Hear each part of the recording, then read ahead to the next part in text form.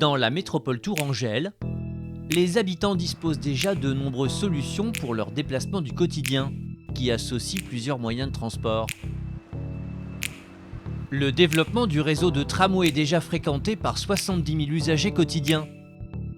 L'aménagement d'aires de covoiturage et de parking relais, ou encore l'accélération du plan vélo 2030 constituent des premiers succès marquants pour Tours Métropole Val-de-Loire.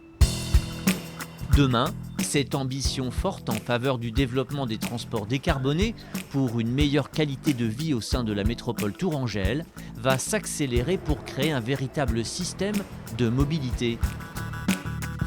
Pour avancer dans le déploiement de cette stratégie, les élus des 22 communes de la métropole et le syndicat des mobilités de Touraine misent sur les autoroutes A10 et A85 qui desservent la zone urbaine. Un atout au service du développement des nouvelles mobilités en réponse aux besoins exprimés par les habitants du territoire.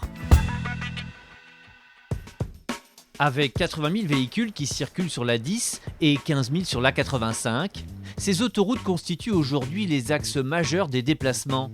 À ce titre, elles représentent un maillon structurant et essentiel pour bâtir le système de transport de demain au service des mobilités décarbonées.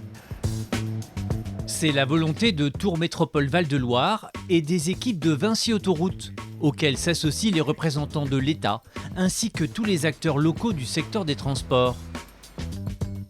Ensemble, ils ont pour objectif de développer des solutions de transport collectif et d'intermodalité, et de proposer des solutions ayant fait leurs preuves au sein d'autres territoires, comme le pôle multimodal de Longvilliers ou la gare autoroutière de Brive-sous-Forges, en Île-de-France.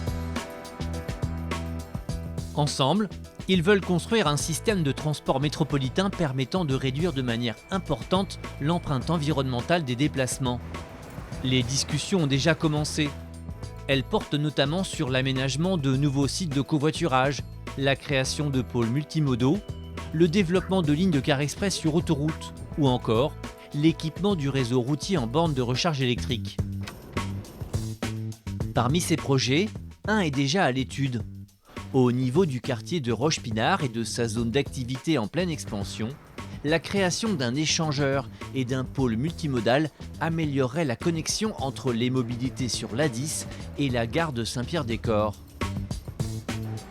Par ailleurs, des études complémentaires vont être lancées au sujet de la circulation de cars express sur autoroute et la création de pôles d'échange multimodaux dans la métropole et les territoires limitrophes.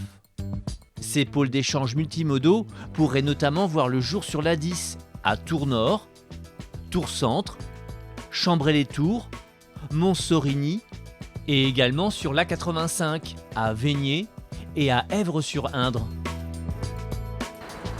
Ces réalisations seraient pensées pour intégrer naturellement dans le parcours des usagers des modes doux comme le vélo ou la marche à pied.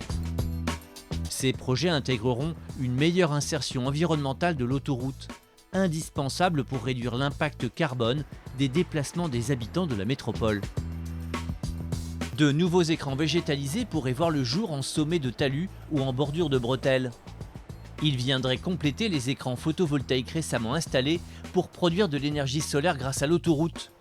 Une énergie réinjectée ensuite dans le réseau régional.